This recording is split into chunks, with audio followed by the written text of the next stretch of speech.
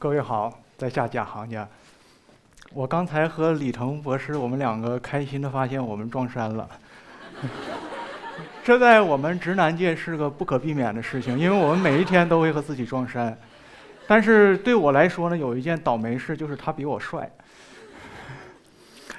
一席是一个非常神奇的舞台，因为很多精彩的人，像会发光一样的灵魂呢，在这里给我们带来了一种生活，在这里为我们展示一条道路。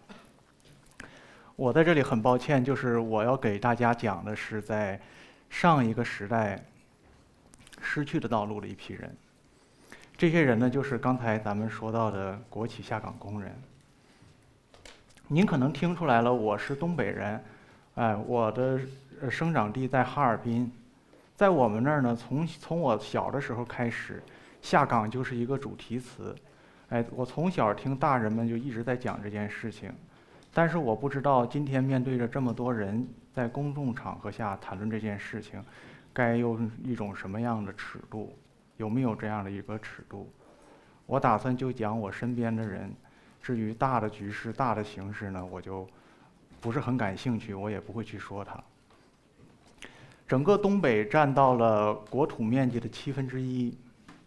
但是它这些年的经济数据、人口数据是一直在缩小的。对于我们整个东北来说呢，在改革以前，其实一直是都有特别好的运气的，因为建国以后的这个政治啊、外交啊、军事啊这些原因呢，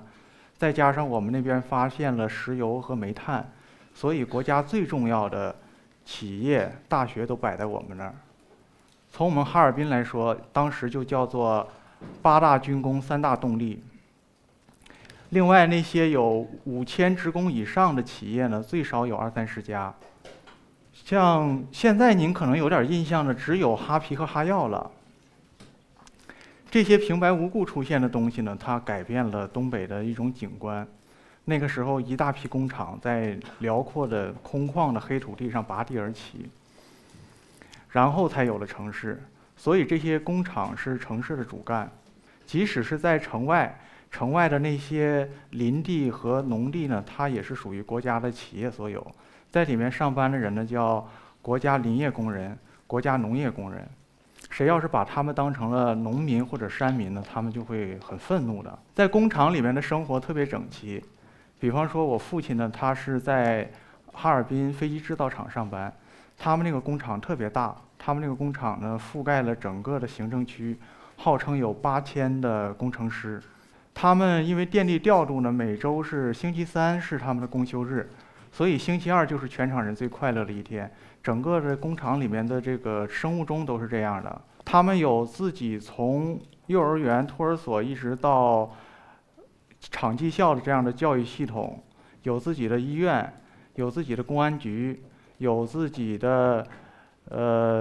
报纸和电视台。电视台里呢，新闻每天就是讲厂长干了什么，书记干了什么，代替了地方上新闻联播里的那些领导的行踪。这在当时呢叫做企业办社会，意思就是说，除非企业里发现了这种命案以外，一切都是由他们自治的。所以工人们就会感觉到，在这里边的生活，就像是工厂许给了你，像那种海誓山盟一样，许给了你一个诺言，就是要对你进行养生送死。工人们看到这个工厂非常非常庞大，它是由坚固的钢铁建造起来的，他会感觉到这个上面每一天都在运行着巨大的数据，他会觉得非常踏实。没有人在那个时候会相信这一切呢，其实像是纸搭起来的一样，划一根火柴就可以把它们统统都烧掉。在我小的那个时候，最体面，整个社会最体面的生活就是在这种大的国企里面上班。他们的自我的状态呢，心理状态呢是自豪的，甚至您也可以说他是非常自大的。这种自大呢，来自于和当时的干部、医生、教师这些行业的一种比较，同时他们享受着大集体职工的那种嫉妒。那个社会是刚刚出现的个体户啊，这个出租司机呢，在他们看来就有点像是7000万年前的恐龙看哺乳动物一样，觉得这都是不值得一提的小流氓，都是严打的对象。他们的这种精神状态呢，和整个东北以这个体制和权力为中心的这个价值观有关系，但是也有特别具体的原因，就是他们享有着正常的收入以上的高福利和高津贴，从老人看病、孩子上学，这些都是免费的。在医院的这个药房里头，你可以有很神奇的现象，就是你可以领出来高压锅，你可以推出自行车来。我妻子呢，她就是在厂区里长大的。她说他们小时候从来也不知道，洗澡、理发、吃冰棍儿这些事情还要花钱。她说他们那个厂里有一种水龙头，每天到了一个下午的时候呢，你把这个水龙头打开，里面就会哗啦啦流出来这个橘子汽水，全场的人都可以拿着这个桶去接。我当时觉得这就是一个魔幻现实主义小说里的场景，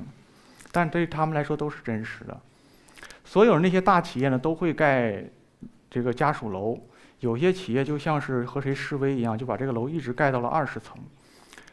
那是当时城市里的最高建筑。工人们呢，就是站在了这个新分到的阳台上，往下一看，就看到省政府大楼就在自己的脚下。这是特别直观的一种主人翁的感觉。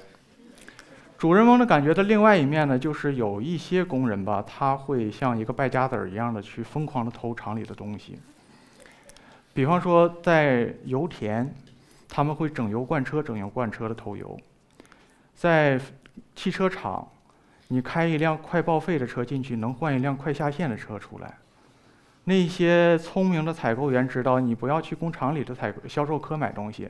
你到外面那些小商店里，东西还便宜，因为是工厂里面的工人拿出来的。这些人是聪明人，他们在什么时候都能混得很好。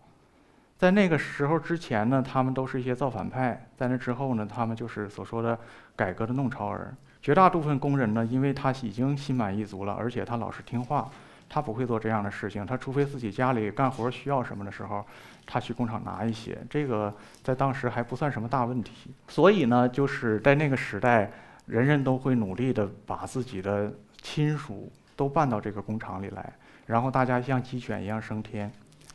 当时找对象是比现在还要明确的一个等级标准的，连相声里都说，这个全民的一定要找全民的，马路这边的压马厂的女工呢，一定要嫁到马路对面的亮锯厂去，因为亮锯厂刚刚分了宿舍楼，那个时候女工不分房嘛。我们那个时候最让人羡慕的一个场景呢，就是一大家人全都在一个大国企里上班，然后出来进去呢，人人都白白胖胖、高高兴兴的。远远看到呢，他们就是有一种特殊的得意和谦逊的表情，然后走到你面前会和你很平易近人的打招呼。这是在我当时一个小孩的印象里，说实话呢，它是一个很微小的局部，真实的生活远远比这要复杂得多。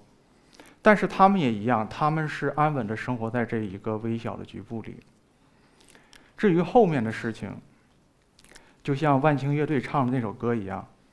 如此生活30年，直到大厦崩塌。大厦崩塌以后，这样的家庭就是一个接一个的失去了工作，失去了自己安身立命的尊严。我们人对自我的认知呢，它基本上是来自于一种比较。我们会首先呢，根据这些个所说的社会阶层的划分，根据你的收入的水平，然后明确自己的位置。这一点就是和猴子有一点像的。猴子在它首要的生存呢，它是要知道自己在猴群里的位置。不知道这个位置，它的行为会很怪，它会很焦虑。而人知道了自己这个位置以后呢，他会去寻找不如自己的人，他或者是在心里轻视他，或者是在行为上去欺负他，反正他是领取他自己的这么一点快乐。我说他们是失路者呢，是因为他们曾经拥有过这些东西，所以我就想讲这样一个过程，从他们拥有过什么到他们失去以后是什么样的。在接下来的这个时代里呢，他们就是整个这个时代里最扭曲、最痛苦的人。他们的痛苦呢，就是来自于和刚刚过去的这个时代中的自己，和同时代中的他人，和这个抛下他们的时代的一种进行的比较。这几张图是我临来的时候拍的，都拍得很丧啊。一直到现在，很多工人谈起当年的国企改革呢，都说不清，没有一个完整的概念。他们反复问他们自己一个问题，就是说为什么一直到了1990几年，就不能再像以前那样了，就不能再继续下去了？他们在当时也是这样想，所以他们当时认为这都是暂时的一种困难、一种艰难，很快他们就可以继续下去。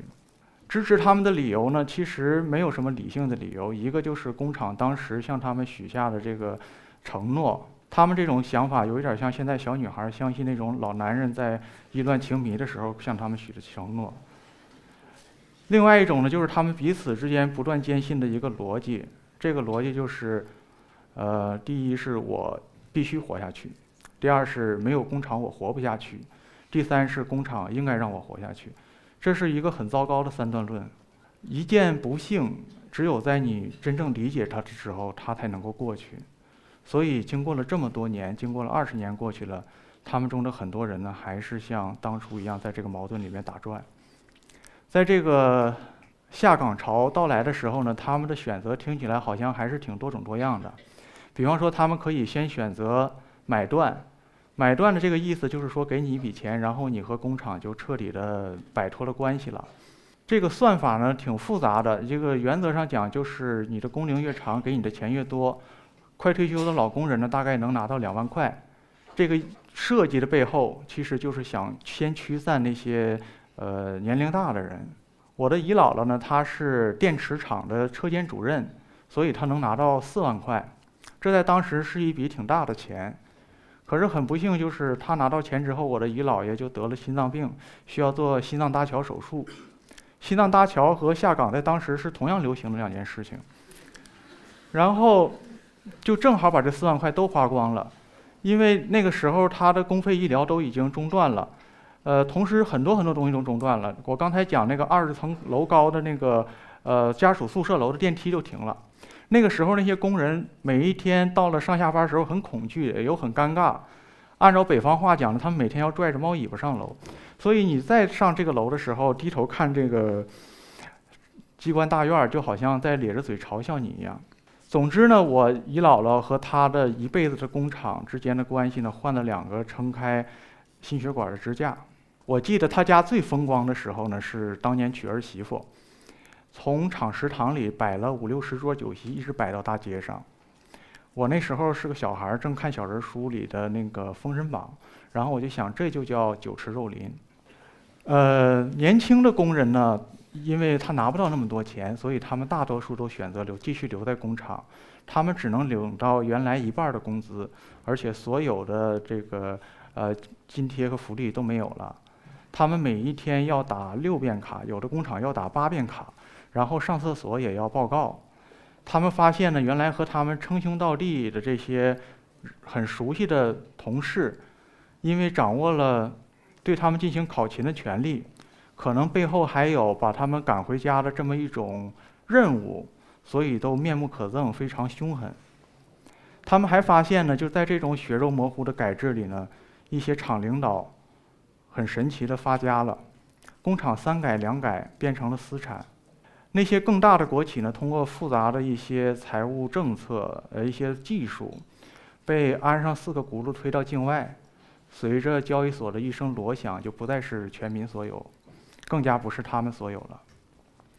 几年前呢，有过这么一场讨论，就是讲起这一代企业家和国企改制上市有关的企业家身上的原罪问题。他们如果足够走运或者选对边的话，现在还是上流人物。但是这场讨论我听不懂，因为原罪这个词我们都很熟悉，他用错了。原罪是指不是你犯下你生来就有的罪行，而这些人应该不是这样。但是工人们的愤怒往往是漫无目的的。我认识一个人，他那个时候就说，他说我现在最不愿意上别人家里去，我要是看到谁还有工作，我就会特别恨谁。我的一个中学同学呢，他的父亲以前每次下班都要自己喝一点酒，自斟自饮。然后他就喝完了之后呢，就笑嘻嘻的看着屋里，因为他们家的屋里呢摆满了当时最时髦的家具和电器。下岗以后呢，他喝的更多了，他喝那种散装白酒开始，然后也买不起下酒菜了，一直喝到呢就是2只血红的眼睛，这是他跟我讲的，就是在一个很黄的小灯泡底下眨巴，然后就动手打他和他母亲。很多人就是这样，他们只敢把自己的这种委屈、这种不忿倾泻到比他们更弱小的人身上。没有这样一个统计，就是离婚率和失业率之间的关系。但是我的印象就是那些年呢，只要是生活在厂区里的人，几乎家家都在闹离婚。当时的一些事件、一些案件，也都和这次社会上的这种失业带来的动荡有关系。东北的很多案件在那个时候是震惊全国的。有一些人是这样的，他们会把他们所遭受到的不幸理解为一种豁免权。当他自己认为自己受到了不公平的时候呢，他会漫无目的的把这些东西，施加给一些无辜者。然后他还自己理直气壮，他觉得这是公正的。直到现在，恐怕还有一些人群是这样。那些年呢，大多数的工人都是深陷于一种没有结果的抗争里面的。他们中间有一些很聪明的，他们摆脱这个大队伍，他会去跟踪厂长和书记。他不知道从哪儿弄了一个很破的摄像机，天天扛着，然后东拍西拍去寻找能够勒索的一些证据。有些人靠更加下作的手段呢，不仅找回了工作，而且成为了干部。但是多数的工人呢，在这种漫长的等待和申诉的这种交替的过程里，他最后选择放弃了，因为他还要谋生嘛。这样一个集体的愤懑开始逐渐分化成了一个一个的困境。他们当时都是中年人，上有老下有小，有很多的负担，你一睁开眼就要面对这些，你是不能够一走了之的。但是东北直到现在也没有发展出足够的替代的产业和工业来吸纳这一部分就业，所以摆在他们面前的生路呢就很少。他们只能依据自己能够承受的劳动能力去选择从打零工、计时工、蹬3轮一直到发传单这样的活，或者他们会去摆一个很小的地摊，开一个很小的饭店。可能真是受制于当年他们那个没有工厂我活不下去的逻辑，影响到了他们的行为。就是即使他们不怕苦不怕累，但是我真是很少能见到这个人群里有创业的成功者。值得一提的就是，这种他们觉得非常难以忍受的困境呢，其实对于那些一直生活在城市底层的人来说是很习惯的。他们甚至在这种生活里发展出了市井智慧，他们可以很平静地过这种日子。但是这些人呢，他们刚刚进入这个阶层，滑入这个阶层，他们每一天都会过得极其的痛苦。有一些人承受不了，干脆就退回到农村去了。我的姑姥姥、老两口和他的3个儿子呢，都在亚麻厂上班。亚麻厂过去是中国麻纺行业的一个龙头企业。1987年呢，那里发生了一次大爆炸，就是最凶险的那叫粉尘爆炸，当时的死伤是几百人。最出名的一件事就是亚麻厂把那些严重烧伤的女工都安置到了2栋家属楼里。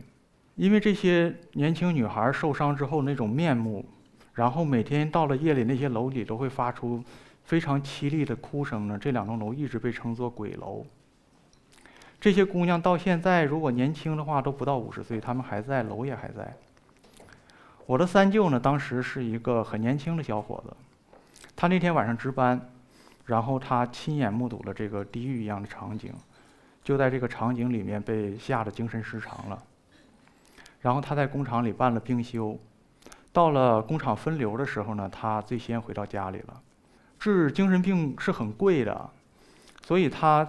把家里的所有的钱都耗尽了，他自己也没法再去找长期的工作。到了发病的时候呢，他就会用10年积攒的力量，把家里仅存的一点东西一件一件很认真的都摔碎了。然后等他清醒过来，他就把头紧紧地贴在膝盖上，坐在椅子上，试图从地里陷进去。我的2舅很幸运，他有一个很好的嗜好，他是个酒鬼。他是高高兴兴的从厂里领到了这笔遣散费，然后高高兴兴的回家把他的老婆打了出去，然后高高兴兴的把他那间宿舍卖掉，全都换了酒喝。他那段时间呢，天天醉倒街头。现在这个时候呢，我们那头是昼夜20多度，但就是这样也冻不死他。后来他就到了农村去，他不能再在城市生活了，没有钱了。然后在那还找到了一个女人，在吉林那边，每隔1、2年他会进城一次，到我们这些亲戚家里挨家挨户的要钱。所以今天呢，好多人就问我说：“你们东北人为什么那么爱喝酒？你们喝醉了还不行，还要劝别人也喝？”我的回答总是很夸张，我说我们东北失落的人、绝望的人太多了。我的大舅呢一直留在那个工厂里，他每年大概有半年的时间能领到工资，因为只有半年的时候他们才有订单嘛。然后他们一家3口呢就靠着老2口的退休金来生活。又过了些年呢，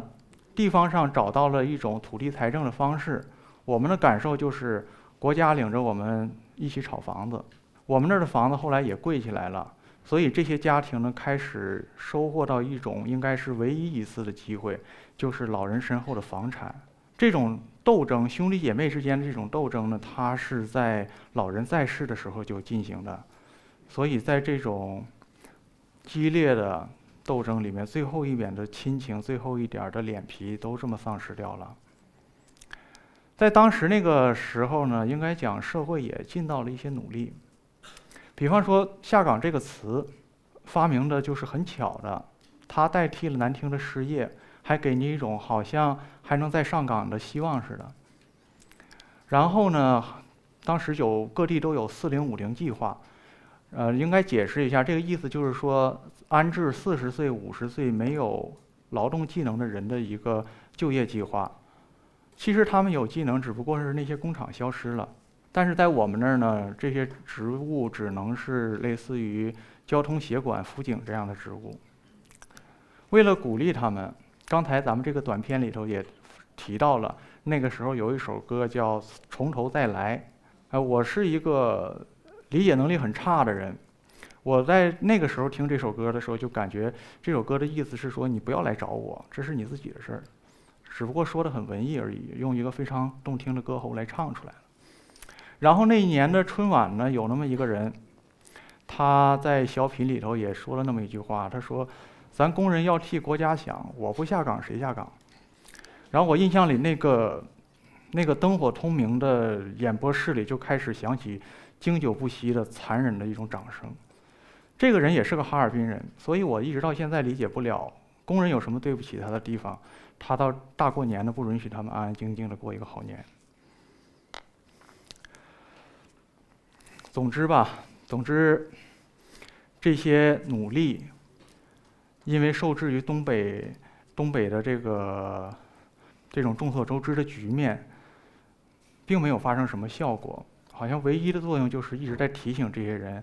你多么的无能，你多么的无助，你多么的没有资格。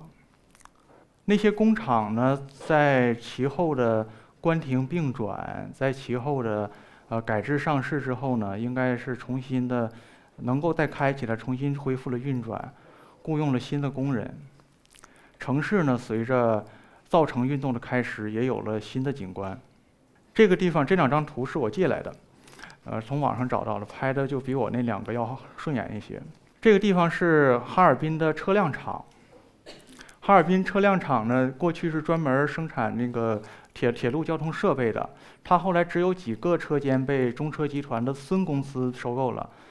大部分企业呢被这个拆除，被一些上海来的开发商开发成了现在这种高档楼盘，留了这么一个街心公园。这个公园里有一个老火车头，有一个车间，然后还有一个水塔，这张照片里没有，挺不错的，像一个蒸汽朋克风格似的。因为它毕竟是上海人来盖的嘛。在这个工厂拆迁这个过程中间呢，这些老职工在他们搬离他们的宿舍的时候，他们就会出来摆地摊儿，卖他们的家当。他们卖什么呢？他们卖1盆仙人掌，卖1、2个暖瓶塞还是用过的，卖旧杂志、旧磁带，那个时候没有人听磁带了好像。然后卖一些毛衣，可能是自己织的，卖棉裤、卖手套，然后总之就是把他们那个一无所有的破家从里到外翻出来给别人任意翻看。我的一个朋友大城市来的，然后他就看了之后特别难过和惊讶，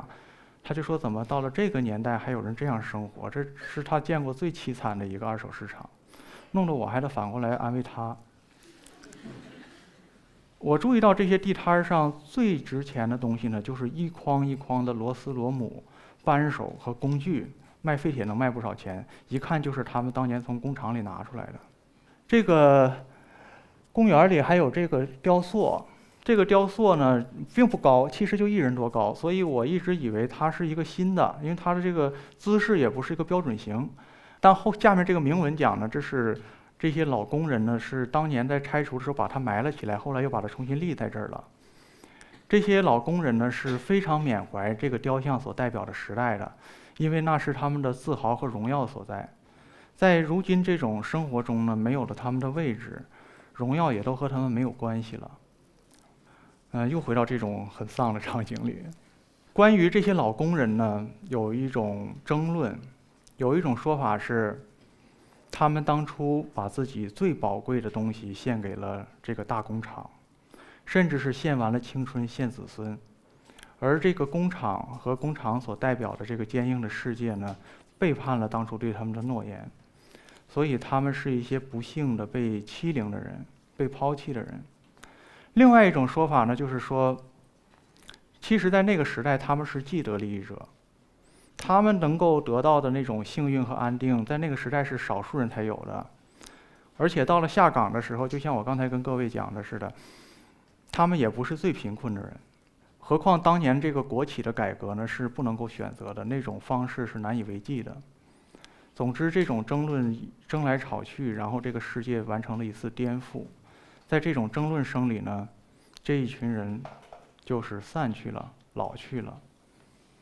我的这些长辈，他们都有一种特长，就是如果您私下去问他这些年代发生的事情呢，他会很愿读，比我要愤怒得多，跟您说一些事情。可是如果有这样的一台摄像机对着他呢，他就自动切换成了感恩模式。因为他们在这个时候呢，也确实领到了低保和社保，那些和他们无关的事情，他们不去关注，他们不去就好了。所以作为一个群体，下岗工人好像真的没有了。现在如果有人问我说东北那些下岗职工哪儿去了，我也可以说我真的不知道。那么我今天这个无关者站在这儿，浪费了大家半个小时的时间，究竟想讲些什么呢？每到了转折的时代，总会有这样一群失落者。这个时候呢，人们追求的东西会像雨水一样蒸发到空气里，然后用一种我们每一个普通人无法把握的概率落下来。时代和人群是永远朝向新的宾客发出新的颂扬的。新的失落者呢，在输光了一切以后，就要走向被人遗忘的路程。这些人在当年我的印象里呢，他们相信自己完全配得上，也守得住这一切的。就像今天在大城市里的精英阶层一样，他们相信自己有资本、有智慧、有能量，他们相信自己完全能够 hold 住这种生活，永远不会是输家。他们也相信这个世界已经合理了，已经足够合理。任何失败者不是愚蠢的，就是懒惰的。其实这也和30年前这些下岗的工人想的差不多。今天我们或者通过一种系统的推论，或者是通过直觉，我们都在越来越强地感觉到，我们又来到了这样一个转折面前。在这种转折里，有的人注定会被送到风口，送到浪尖；有的人呢会被送去水底，甚至在石头上撞得粉碎。这一次失落的不知道是谁，是不是我？有没有各位？我一直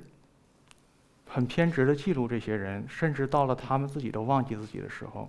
我今天又站在这儿，很扫兴地和大家讲起这些，是因为我不知道，很多年以后站在这里，谁来讲我，